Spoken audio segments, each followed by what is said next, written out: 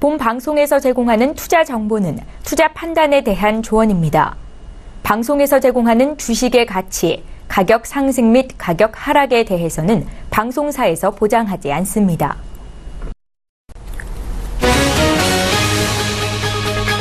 헤드라인 뉴스입니다. 미국 뉴욕 증시에서 주요 지수는 사흘째 하락했습니다. 미국의 아프가니스탄 폭탄 투하에 따른 지정학적인 우려가 고조됐고 금융주의 하락폭이 컸습니다. 뉴욕 증권거래소에서 다우존스 지수는 어제보다 0.67% 낮은 2453회 거래를 마쳤습니다. S&P 500 지수는 0.68% 하락한 2328회, 나스닥 지수는 0.53% 내린 5805로 각각 마감했습니다. 지난주 미국에서 실업수당을 청구한 사람들이 소폭 줄어들면서 고용 안정세를 이어갔습니다. 미 노동부는 지난주 실업수당 청구 건수가 전주보다 1000건 줄어든 23만 4천 건을 기록했다고 발표했습니다. 노동시장의 호조 여부를 판단하는 기준선인 30만 건을 110주 연속 밑돌았습니다. 4월 미국 소비자들의 신뢰도가 전월 대비 오르고 시장의 예상치를 웃돌았습니다.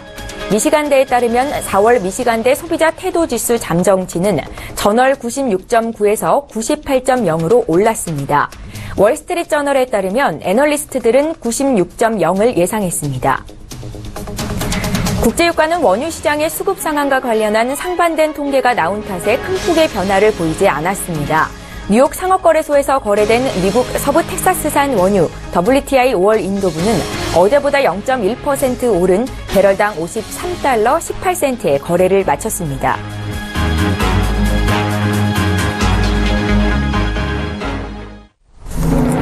시청자 여러분 안녕하십니까? 출발 증시와이드 최현정입니다.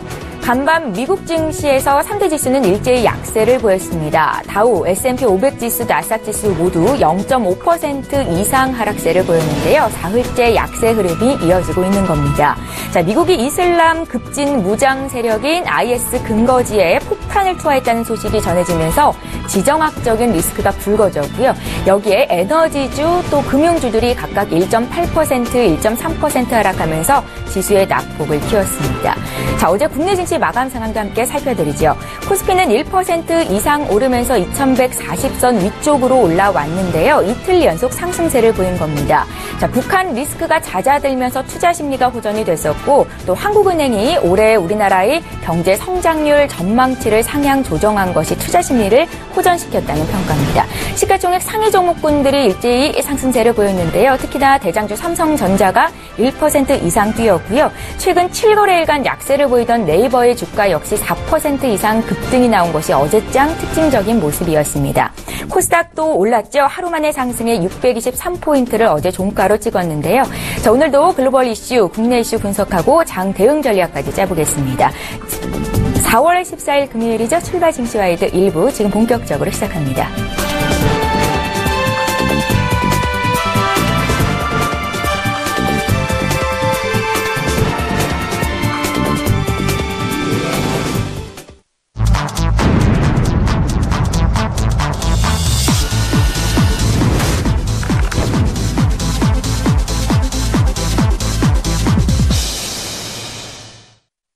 예, 글로벌 이슈 분석합니다. 글로벌 시시각각 오늘은 금요일이죠. 아데나 투자자문의 신승용 대표 화상으로 만나봅니다. 대표님 안녕하세요. 네, 안녕하십니까. 예, 첫 번째 이슈부터 보겠습니다.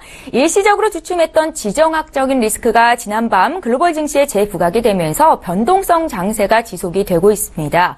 한편 15일로 예정되어 있는 미국의 환율 보고서 발표를 앞두고 외국인 투자자들도 여전히 광망 양세를 보이고 있는데요. 대표님 현재 시장 상황 어떻게 보고 계십니까? 네, 이렇게 좀 보셔야 될 것 같습니다. 일단 뭐 글로벌 시장 내에서 실질적으로 우리 한반도 지정학적 리스크 그리고 미국발 시리아에 대한 어떤 그 지정학적 리스크 부분 전반적인 글로벌 시장은 전체적인 어떤 그 지정학적인 리스크 부분들 이런 부분들로 인해서 실질적으로 다소한 좀 관망 양상이 좀 짙어가고 있다라는 그런 부분들 어찌 보면 조금은 좀 쉬어가는 장세들에 대한 빌미로서 계속되는 그 지정학적인 리스크들을 어떤 그 빌미로 제공이 되고 있는 그런 것이 아닌가 이렇게 좀 생각을 하고 있습니다.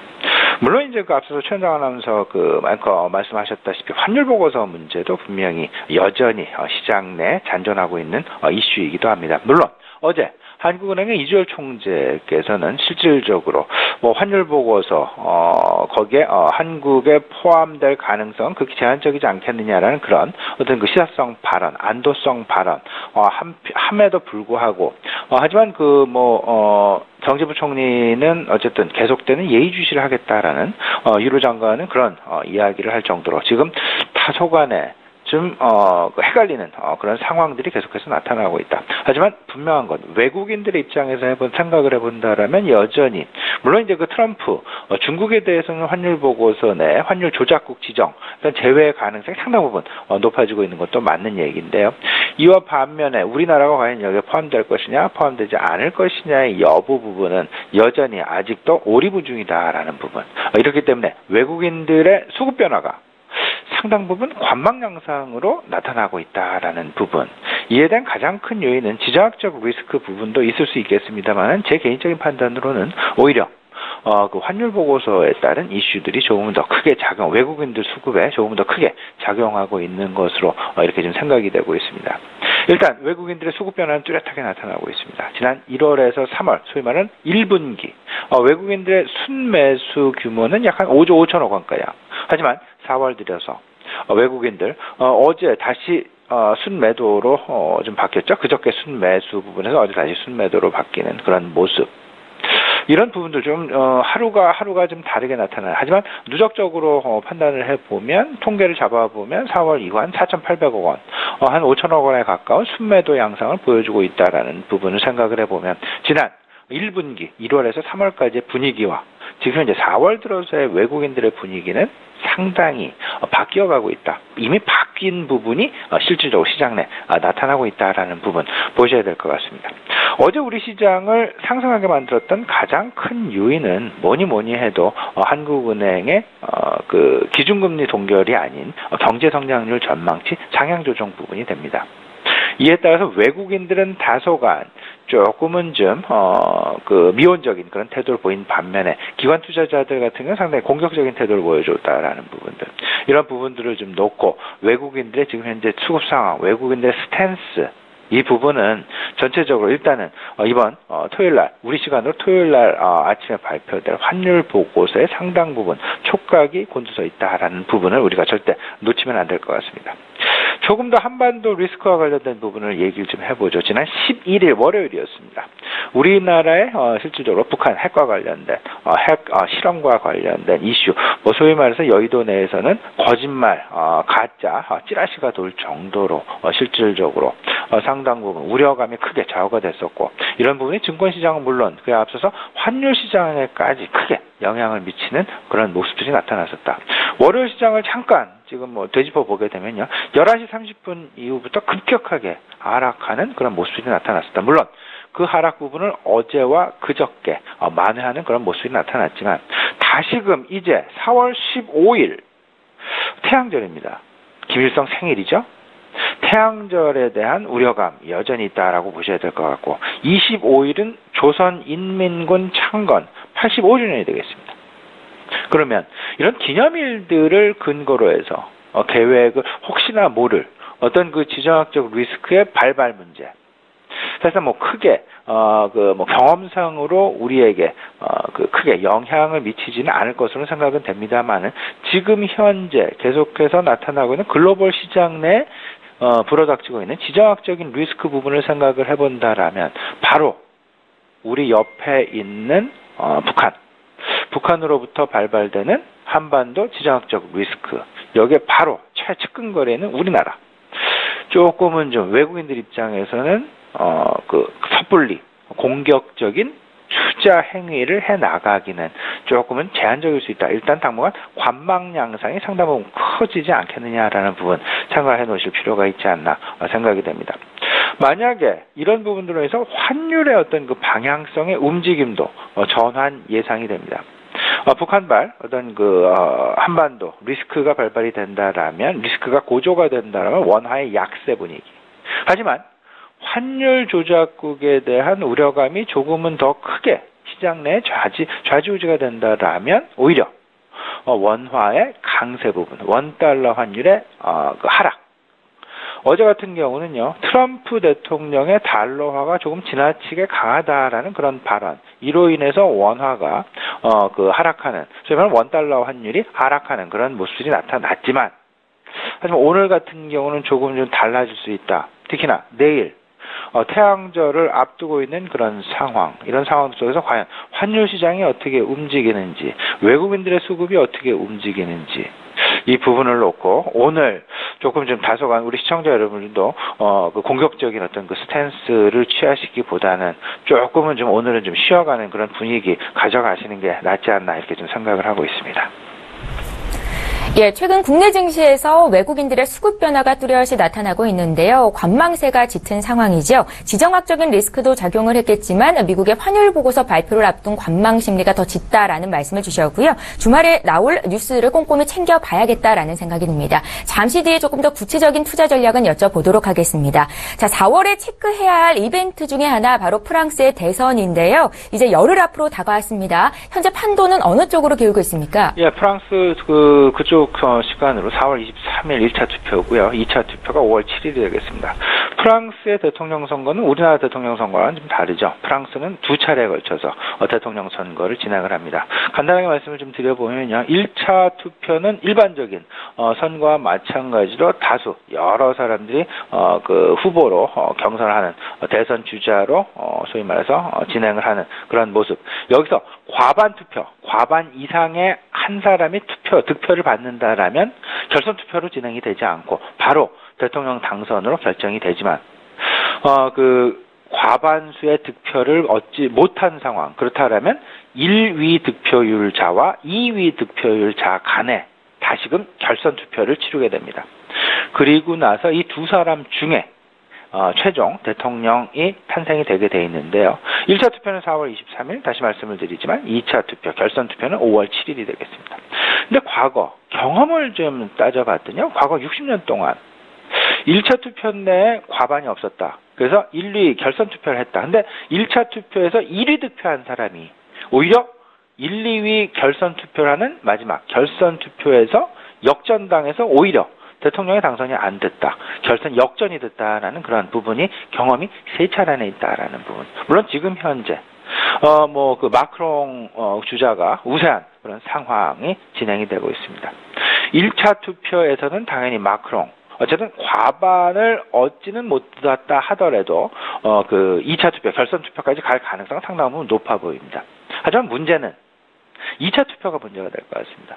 르펜이 됐건 또 다른 이제 그 후보가 됐건 극우 세력들이 이제 그 2차 투표, 결선 투표에 올라가게 된다라면 혹여나 모를 마크롱의 어떤 그 패배 가능성, 시장에서는 이 부분 자체를 상당 부분 변동성 국면으로 받아들일 수 있다라는 어떤 그 우려감 부분 많이 나오고 있다라는 것. 이 변동성에 대한 우려감 부분은 브렉시트 이후 프렉시트까지 맞물리게 되는 그런 상황들, 이런 상황들 때문에 사실상 유로존 경제 체제의 붕괴에 한 발짝 더 다가간다라는 그런 우려감이 만들어질 수 있다라는 점. 이에 따른 어찌 보면 유로화의 방향성, 변동성 커질 수밖에 없을 것 같고요. 이런 상황이다라면 유로존 내 어떤 그 투자자들의 움직임, 사실상 상당 부분 크게 나타나지 않겠느냐라는 것. 지금 현재 우리가 잠깐 간과할 수도 있겠습니다만 유로존 내에서 지금 현재 움직이고 있는 그런 분위기들, 특히나 프랑스 같은 경우는 실업률이 10%가 넘습니다. 독일이 프랑스가 3% 내외. 이런 상황들을 따져본다면 프랑스 지금 상대적인 어떤 그 경제적으로 좀 어려움들이 지금 계속해서 진행이 되고 있다라는 부분, 경기 회복이 쉽사리 나타나지 않고 있는 대표적인 국가 중에 하나가 프랑스다라는 점, 이런 부분들로 인해서 실질적으로 브렉시트의 가능성도 우리가 꼭 그 변동성 가능성 염두에 둘 필요가 있겠다라는 부분, 5월 초, 5월 7일 우리 시청자 여러분 꼭 예의주시하셔야 될 것 같습니다. 예, 프랑스 대선을 열흘 앞두고 확대될 변동성에 대비한 조언 들어봤습니다. 자, 앞서 대표님께서 어제장 가장 큰 호재 한국은행의 우리나라 경제 성장률 전망치 상향 조정이라고 말씀을 주셨는데요. 오늘장 흐름 어떨지 투자 조언 듣겠습니다. 이렇게 좀 보셔야 될 것 같습니다. 과연 이제 오늘 같은 경우 외국인들이 어제는 사실상 국내 기관 투자자들이 한국은행의 경제 성장률 전망치 0.1%포인트 상향 조정한 부분에 상당히 긍정적으로 시장 평가가 나서면서 공격적인 어떤 그 매수세에 나섰다라는 점. 기관들이 오랜만에 순매수세를 보여주는 그런 모습이 나타났죠. 외국인들 소폭의 순매도 보여줬습니다. 오늘 그 결과물로서 사실상 외국인들이 반응, 소위 말하는 후행 반응을 오늘 해준다라면 외국인들의 어떤 그 수급 상황, 오늘 순매수로 전환이 된다라면 우리나라 경제 성장, 일단 L자형 불황을 탈피하는 신호로 분명하게 해석되어질 수 있다라는 것. 이 부분에 대해서 외국인들이 과연 오늘 어떤 스탠스를 취해주느냐. 하지만 만에 하나 환율 보고서의 발표랄지 아니면 한반도 지정학적 리스크의 대두랄지 이런 부분들로 인해서 외국인들 어떤 그 수급 양상 그다지 평탄치 않게 오늘까지도 돌아가게 된다라면 일단 다음 주 역시 좀 지지부진한 그런 장세 연장성장에 쓰지 않겠느냐. 오늘 시장이 결국은 다음 주 시장의 판도를 결정지을 수 있는 외국인들 수급의 판도를 결정지을 수 있는 어떤 그 시금석이 될 가능성이 크다라는 부분 생각을 해 두셔야 될 것 같습니다. 일단 중요한 것은 기관 투자자들의 입장일 것 같은데요. 기관 투자자들 입장에서 과연 한국은행의 경제성장률 전망치를 어제처럼 계속해서 시총 대형주들 중심으로 해서 지속적인 어떤 그 순매수 양상 이어갈 수 있을까라는 여부도 우리가 좀 생각해 볼 필요가 있어 보이고요. 다만 지금 현재 대통령 선거라는 빅 이벤트 앞두고 있는 상황이 되겠습니다. 지금 뭐 한국은행도 그렇고요. 정부 경제 부처도 그렇고요. 일단 그러니까 수출은 어느 정도 회복되어가는 분위기. 근데 한국은행과 정부 부처에서는 다소한 시각차는 있습니다. 중장기적으로까지 경기 그 수출 회복이 두 자릿수를 계속 유지할 수 있겠느냐라는 부분에 있어서는 한국은행 같은 경우에는 다소간 지금 굉장히 좀 신중한 그런 입장이다라는 점. 근데 두 가지 다 모두 지금 수출은 긍정적이다. 근데 여기에 이제 그 내수만 좀 회복이 돼주면 상당히 우리 경기는 그나마 좀 탄탄하게 유지가 되어가지 않겠냐는 그런 기대감 분명히 가져볼 수 있겠는데요. 여기에 한 가지 더 우리가 생각해야 될 부분은 결국은 대통령 선거라는 부분 그리고 신정부 출범에 대한 기대감이다라는 부분. 신정부 출범을 하게 되면 통상적으로 내수부양이다라는 그런 카드를 꺼내들 수밖에 없습니다. 이 내수부양 카드 결국은 지금까지 침체되어 왔었던 수출 먼저 회복이 되고 내수까지 회복이 되면 좋겠다라는 그런 기대감을 가지고 있는 그런 상황들 속에서 내수부양이라는 신정부 출범이라는 부분과 맞춰서 내수부양까지 이루어진다라면 우리 경기 상당히 쌍두마차격으로 상당히 긍정적으로 갈 가능성이 있을 것이다. 트럼프 정책의 효과 부분을 생각해 보시면 우리 시장도 이와 비슷한 양상의 긍정적인 기대감을 가져볼 수 있다라는 부분 생각을 하실 수 있을 것 같습니다. 지난 트럼프 대통령이 당선됐을 때 통상적으로 시장 내에서는 하니문 피리어드라는 어떤 그 신혼 효과라는 그런 이야기를 한 바가 있었습니다.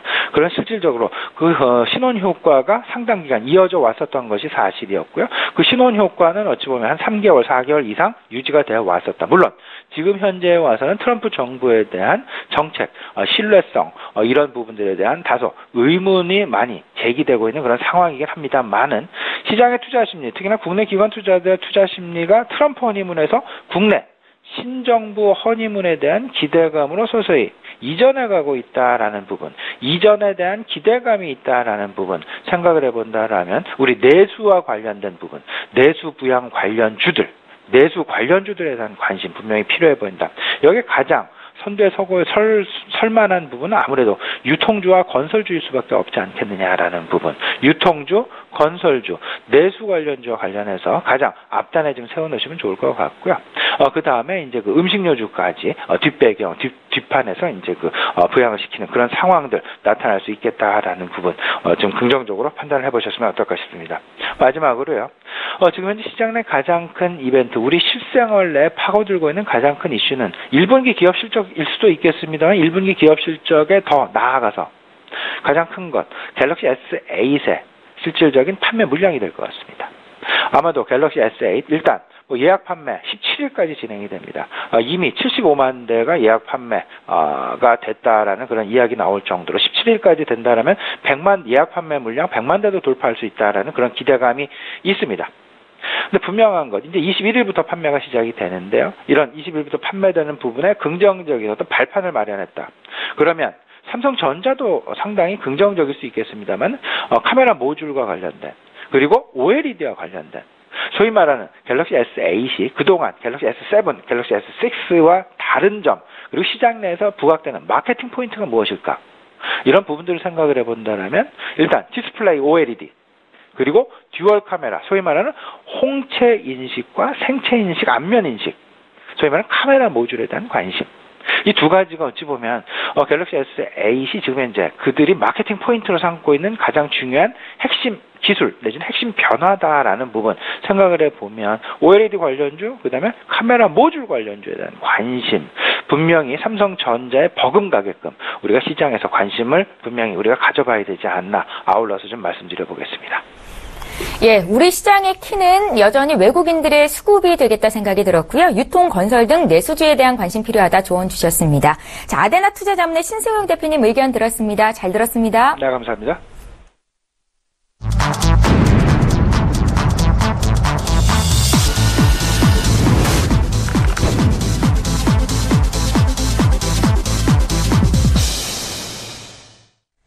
예, 이번에는 국내 이슈 구체적으로 분석해보겠습니다. 라이브 이슈 타임 시간이고요. 오늘 금요일이죠. 메리츠 종금증권의 김민수 부장님 모셨습니다. 부장님 안녕하세요. 네, 안녕하십니까. 예, 자, 한국은행이 어제 우리나라의 경제 성장률 전망치를 상향 조정했는데 이게 3년 만의 일이었다고 합니다. 어제 한은의 결정 어떻게 보셨어요?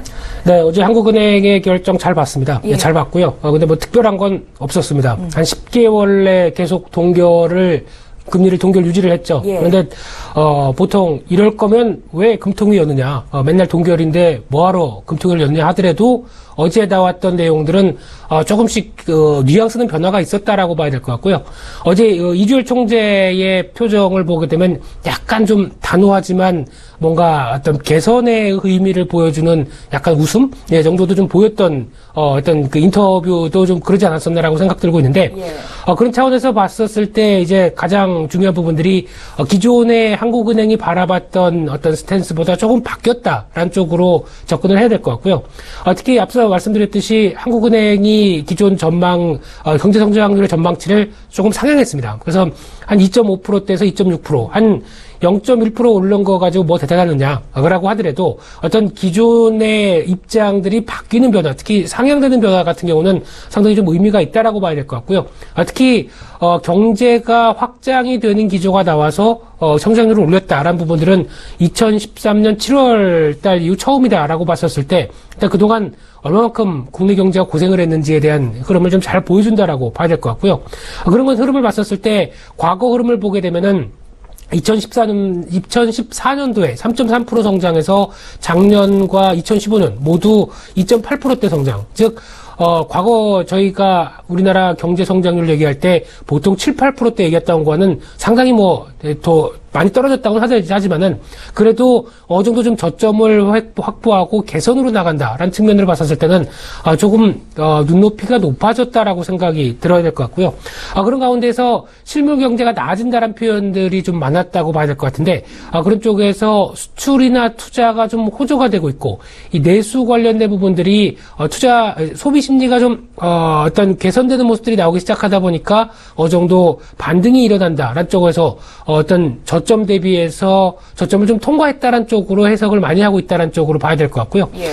그런 차원이라고 한다면은 특히 가장 중요한 부분들이 디플레이션 관련된 우려감 이런 쪽도 벗어나면서 이 소비자 물가 상승에 대한 전망치가 1.9%대. 지금 보통 글로벌 수치도 그렇고 국내도 마찬가지지만은 인플레이션의 적정한 수준까지 움직이게 되면은 가장 중요한 수치가 2% 정도로 생각을 하고 있는데 물가 상승률이 한 2% 정도로 계속 꾸준히 움직인다라고 하게 되면 그래도 적정한 경제가 좀 돌아간다라는 쪽으로 볼 수 있는 흐름들로 유지가 되고 있다라는 쪽으로 봐야 될 것 같고요.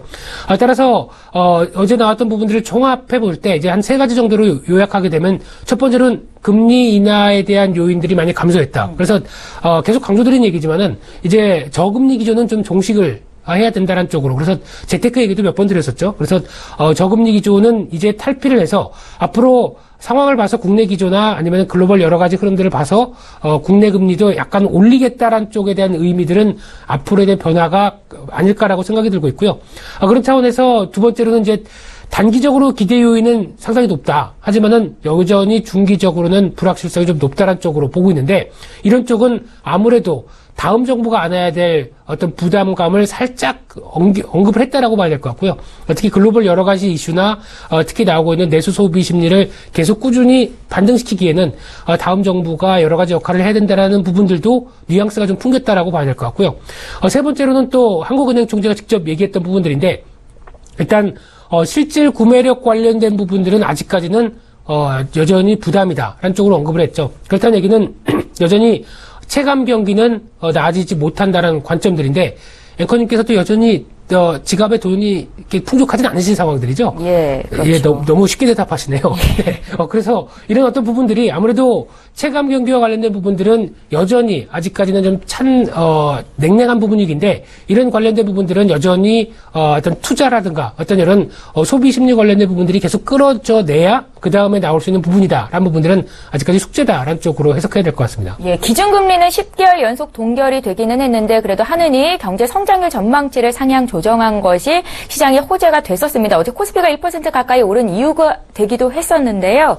어제 금융주들이 또 들썩였었거든요. 그렇죠. 얼마나 긴 호재로 작용을 할 수 있을까요, 증시에? 네, 일단 앞서 말씀드렸듯이 제가 저금리 시대는 끝났다라고 말씀드렸죠. 그렇게 되면은 금리가 실질 금리는 벌써 상승 기조로 자리 잡고 있고 거기다가 앞으로 어떤 여러 가지 흐름들을 봤었을 때 금리의 실질 금리가 상승세가 시중은행 쪽으로도 계속 확인이 되는 상황이라고 한다면 예대 마진 쪽은 계속 긍정적일 수밖에 없다라는 쪽으로 봤었을 때 그에 따른 기대감들이 계속 금융주에 작용하는 과정이라고 생각을 해야 될 것 같고요. 그런 쪽에서 봤었을 때 중기 관점으로 은행주는 상당히 좋게 보고 있습니다. 그런 흐름들과 국내 기준금리가 일단 상향 쪽으로 자리 잡을 때까지 기대감과 함께 여전히 금융주가 조정권에는 매수하는 게 좋겠다라는 쪽으로 말씀드려야 될 것 같습니다. 예, 경제가 살아나고 있다는 해석을 하는 한 거겠지만 체감 경기는 여전히 부실하다라는 말씀 주셨는데 어떻게 부장님의 지갑은 두둑하신가요?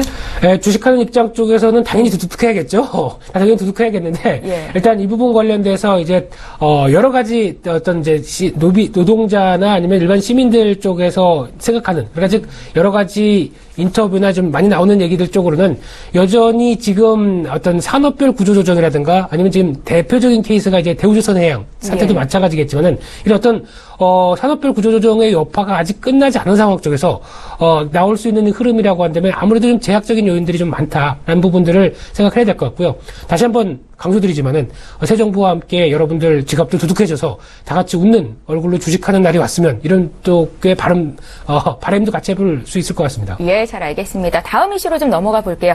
철강 업계에 비상이 걸렸다라는 소식이 들어와 있습니다. 트럼프 정부가 우리나라 후판에 이어서 유정용 강관에까지 높은 관세를 매겼다는 소식인데요. 철강 업계 앞으로 어떨까요? 예, 좀 무거운 뉴스입니다. 일단 지금 미국에서 한국산 유정용이다 보니까 이제 그 원유나 천연가스 쪽에 채취하는 고강도 강관 쪽 이쪽에 대해서 강관 제품의 반덤핑 마진율을 인상했다라는 쪽으로 어제 기사가 나왔고요. 그러다 보니까 이에 따른 투자 심리가 철강 쪽에서 좀 안 좋은 쪽으로 나오는 상황들인데 좀 자세한 내용을 보게 되면은 넥스틸이라는 회사 같은 경우 한 24%대, 세아제강은 2%대, 현대제철은 한 13%대. 그래서 어제 흐름을 쭉 보게 되면은 기존보다는 반덤핑 마진율이 다 올라갔다. 그런데 현대제철은 예상보다 좀 올렸고 세아제강은 여러 가지 소명 자료도 있고 그러다 보니까 예전보다 좀 낮아졌다라는 쪽에서 세아제강은 일단 안도, 현대제철은 충격 이런 쪽으로 시장에서 주가는 나타났다고 봐야 될 것 같고요.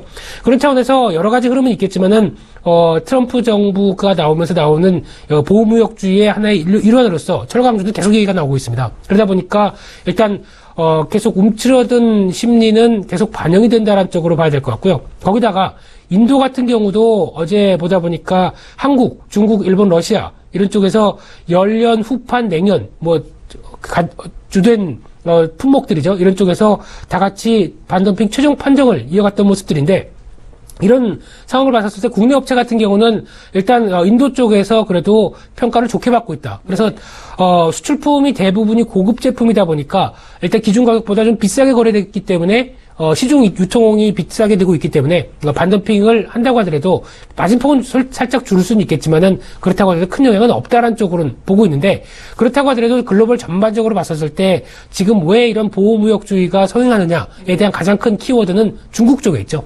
중국이 이제 내수 관련돼서 철강 관련된 구조조정 산업을 이어가다 보니까 내수가 좀 부진한 상황 쪽에서 그러면은 수출로 좀 돌려야겠다. 그런 쪽으로 좀 약간 싸게 아니면은 드라이브를 많이 걸다 보니까 각국이 반발을 해야 하는 과정들이죠. 그래서 니네 왜 이렇게 싸게 들어오느냐? 안 되겠다. 우리 산업 보호해야 되겠다. 그런 관점 쪽에서 반덤핑 쪽으로 유도를 하면서 그런 상황에서 중국산뿐만 아니라 같이 들어오는 한국산이나 일본산 다 같이 조사해봐라. 그런 과정이 나오다 보니까 같이 이런 영향들을 끼친다라고 봐야 될 것 같고요.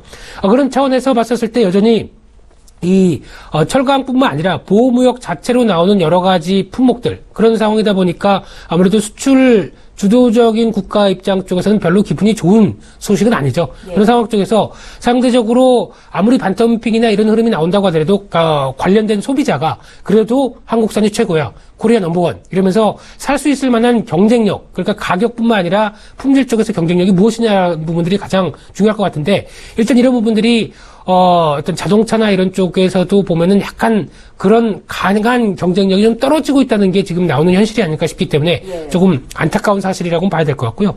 그런 차원에서 봤었을 때 이제 철강주만 놓고 본다라고 하게 되면 철강주 자체적으로 철강 가격이 작년 하반기부터 올라오기 시작하고 그래서 포스코를 비롯해서 가격들을 다 같이 올렸었죠. 예. 그러다 보니까 그 가격 상승 효과 때문에 작년 하반기부터 올해 1, 4분기도 실적은 좋았는데 그러다 보니까 철강 가격들이 3월 달부터 약간 중국 중심으로 해서 정체를 보이다가 4월 달은 철강 가격이 하락하기 시작합니다. 그런 차원으로 봤었을 때는 상대적인 흐름들 쪽으로 봤을 때 철강주 쪽에서 좋은 뉴스는 아니다 한쪽으로 봐야 될 것 같고요. 반덤핑 관련된 부분보다 이 철강 가격이 약간 둔화가 되는 모습들이 오히려 더 악재일 가능성이 높다는 쪽으로 봤었을 때 일단 철강주는 경기 민감 쪽이긴 하지만은 아무래도 조정권에 대한 모습들이 좀 더 이어질 가능성이 높다는 쪽으로 그렇게 해석해야 될 것 같습니다. 예, 부당한 반덤핑 관세에 우리나라 관광업체들이 세계무역기구 등에 제소하는 것을 검토하고 있다라는 소식도 있던데요. 이게 가능성이 좀 있습니까? 예, 제소를 하게 되면은 아무래도 이제 절차죠. 예, 국내 업체들이 나올 수 있는 그러니까 어떻게 보면 창과 방패 역할 쪽으로 나오는 부분들이라고는 하는데 그런 쪽에서 WTO 같은 경우도 여전히 흐름들을 가져가는데 보호무역 자체를 내가 잘못했다, 잘했다는 쪽이 아니라 예.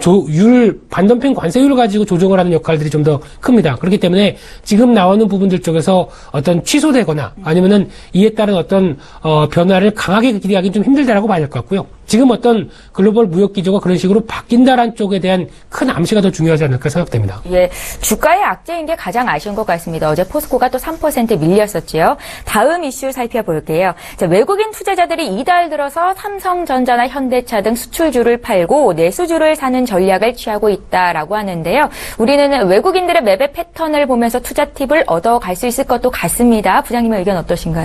예, 참고해야 되겠죠. 예. 외국인들이 가장 큰 형님이 어떤 바스켓 포트폴리오를 바꾸고 있다라고 하게 되면 눈여겨봐야 될 부분이 있다고 생각되고 있고요. 그런 가운데 이제 외국인들 4월달 지금 한 2주 정도 지났죠. 4월달에 매도한 규모를 보다 보니까 한 4천억 정도 매도를 한 걸로 나타나고 있고요. 예. 그런 가운데 그동안 좀 많이 샀었던 대형 수출주 삼성전자, SK 하이닉스, 현대차 이런 쪽으로는 매도가 좀 굳어가고 있고 오히려 내수주 쪽으로는 매수를 하는 그러니까 즉 어려운 얘기로 하면 롱 쇼트 전략이라고 얘기를 하는데 예. 키가 크고 작고가 아니고요.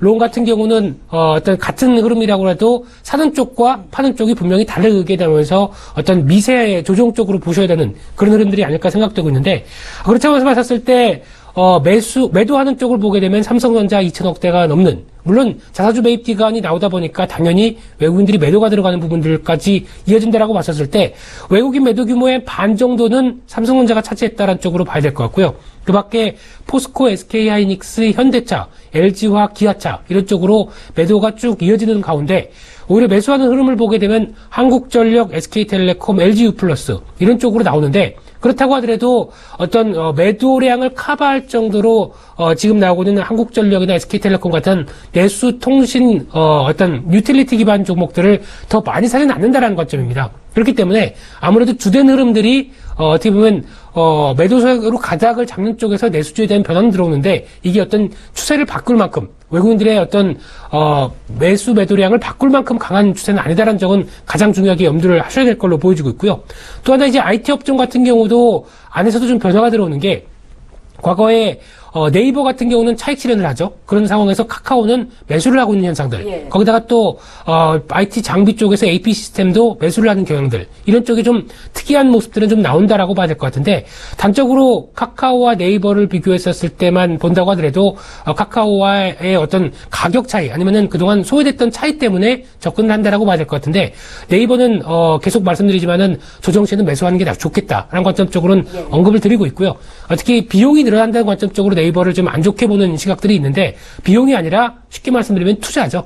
투자가 들어가는 차원에서 어떤 인공지능이나 앞으로의 4차 산업혁명과 관련된 부분들 쪽에서 투자가 들어가는 부분들 때문에 앞으로의 수익이 정체될 거다라는 부분들이 악재는 아니라는 얘기입니다. 그렇기 때문에 계속해서 80만 원대 이하 자리 쪽에서는 관심 있게 보셨으면 좋겠고요. 일단 그런 관점 쪽에서 지금 전반적인 시각은 외국인들 쪽에서 그동안 많이 올랐었던 어떤 글로벌 경기 기대감 때문에 이어졌던 경기 민감 섹터들을 약간 차익 실현하고, 나머지 그동안에 좀 둔화했던, 그리고 내수 관련된 지표들이 좀 올라오다 보니까 나오는 부분들 쪽에서 내수주 그리고 코스닥 중소형주 쪽에서 조금씩 관심을 갖고 있다라는 쪽으로 봐야 될 것 같은데, 그래도 기준점으로 삼으려고 한다면 여전히 지금 시장과 관련된 부분들은 중기적인 모멘텀은 어떤 경기 민감 섹터가 가장 중요하다라는 쪽으로 보시면서 추세적인 접근에서 추세가 이탈하지 않는지에 대한 관점들과 흐름들을 계속 가져가는 게 중요하다라고 봐야 될 것 같고요. 여기서 이제 그러면 코스닥이나 중소형주들은 그러면 계속 찬밥이냐? 예. 아닙니다. 일단 신정부가 꾸려진 이유에 대해서 가장 먼저 중요하게 보셔야 될 부분이라고 생각되고 있고요. 아마 코스닥 쪽에서 매매하시는 분들은 그래도 계속 한 2년, 1, 2년 동안 힘들었었는데 계속 힘들란 말이냐라는 쪽으로 이어질 수 있는데, 아마 변화는 제 예상으로 한 6월 달 정도, 즉 한 5월 말부터 6월 달 정도부터 이제 새로운 정부가 꾸려지면서 여러 가지 정책들이 이제 발표가 되기 시작할 겁니다. 그러다 보면 그에 걸맞는 정책적인 흐름들과, 그리고 당연히 지금 흐름들로 봤었을 때는 내수 부양도 물론이겠지만은 더 중요한 아까 잠시 얘기 드렸던 어떤 지갑과 관련된 얘기들, 이런 쪽에서 봤었을 때 어떤 실질적인 체감 경기를 끌어올릴 만한 여러 가지 정책적인 부분들이 다 같이 나올 가능성이 높기 때문에, 그에 따라서 당연히 그렇게 되면은 중소형주가 움직일 수 있을 만한 여러 가지 기반이 된다라는 쪽으로 봤었을 때, 그에 대한 흐름들은 약 한 6월 달부터 한 가을 때까지 여전히 이어지는 모멘텀이 되지 않을까 싶기 때문에, 아마 중소형주 하시는 분들은 지난 한 2년간 못 누리셨던 수익률을 가장 크게 회복할 수 있는 절호의 찬스가 아닐까 싶기 때문에 일단 자금 대기하시고요. 코스닥과 중소형주 쪽에서 어떤 베팅할 준비도 같이 하시면서 시장을 맞춰가시는 게 가장 중요하지 않을까, 그렇게 보여지고 있습니다. 예. 자, 김민수 부장님은 매주 금요일 이 시간에 만나보실 수 있습니다. 자, 국내 이슈 분석하고 투자 팁까지 얻어봤고요. 메리츠 종금증권의 김민수 부장 의견 들었습니다. 잘 들었습니다. 네, 감사합니다.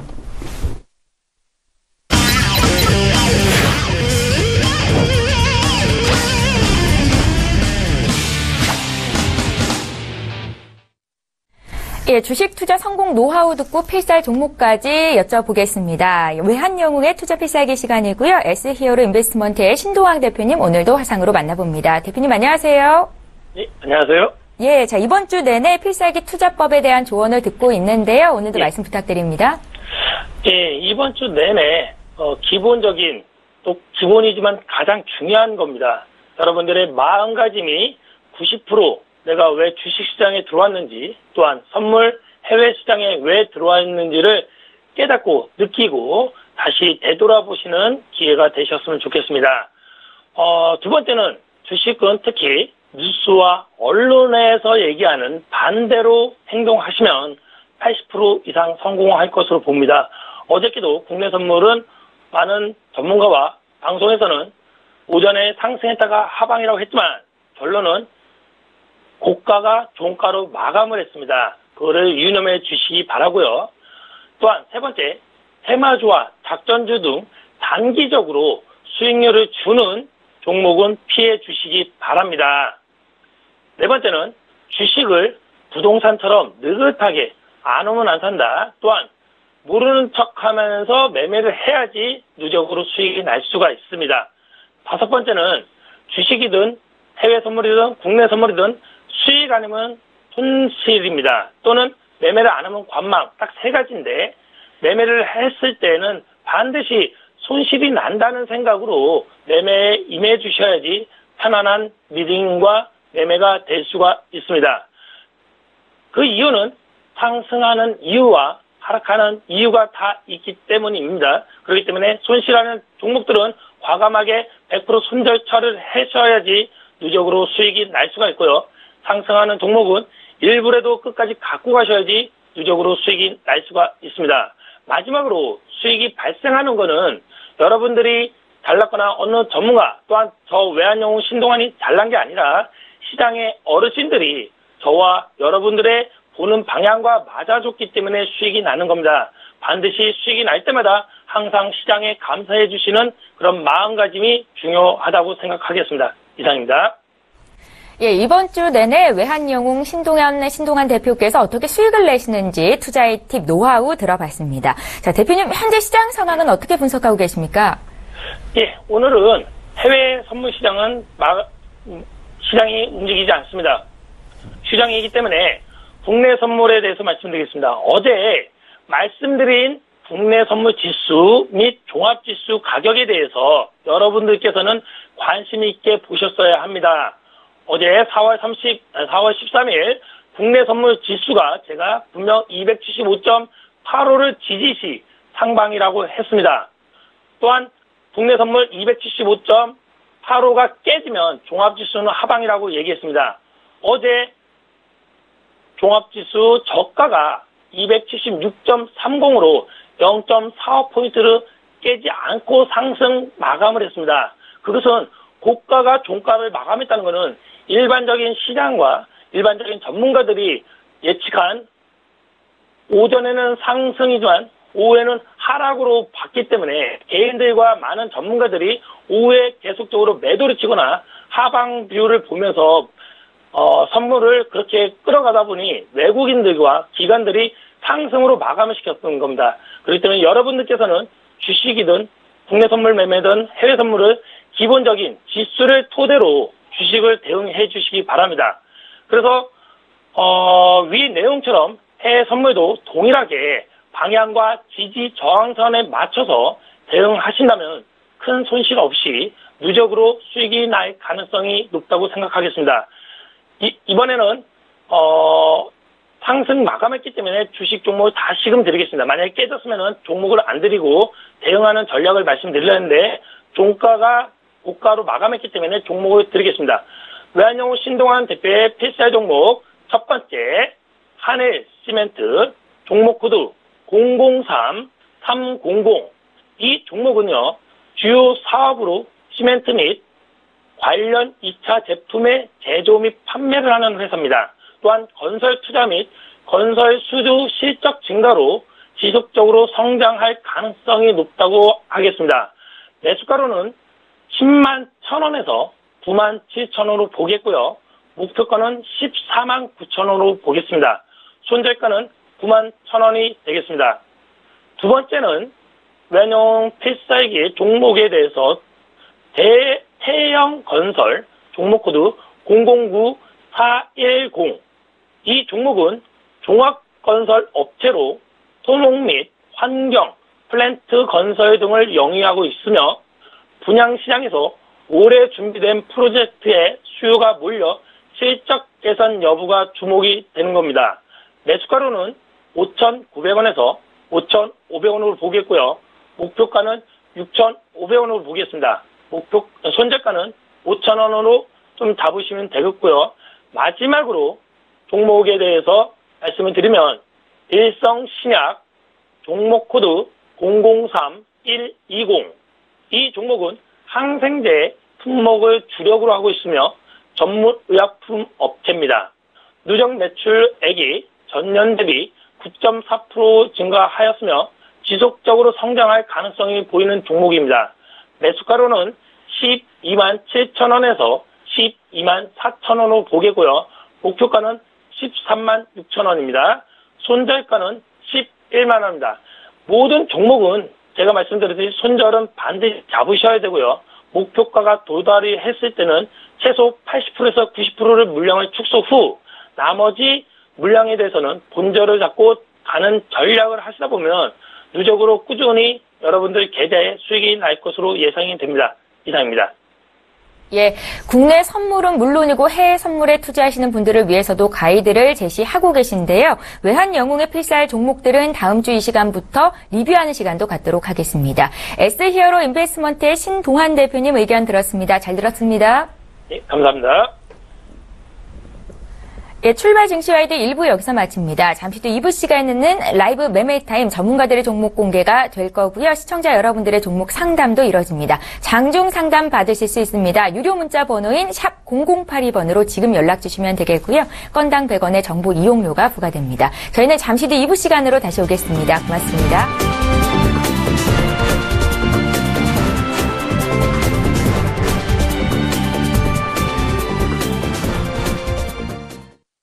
본 방송에서 제공하는 투자 정보는 투자 판단에 대한 조언입니다.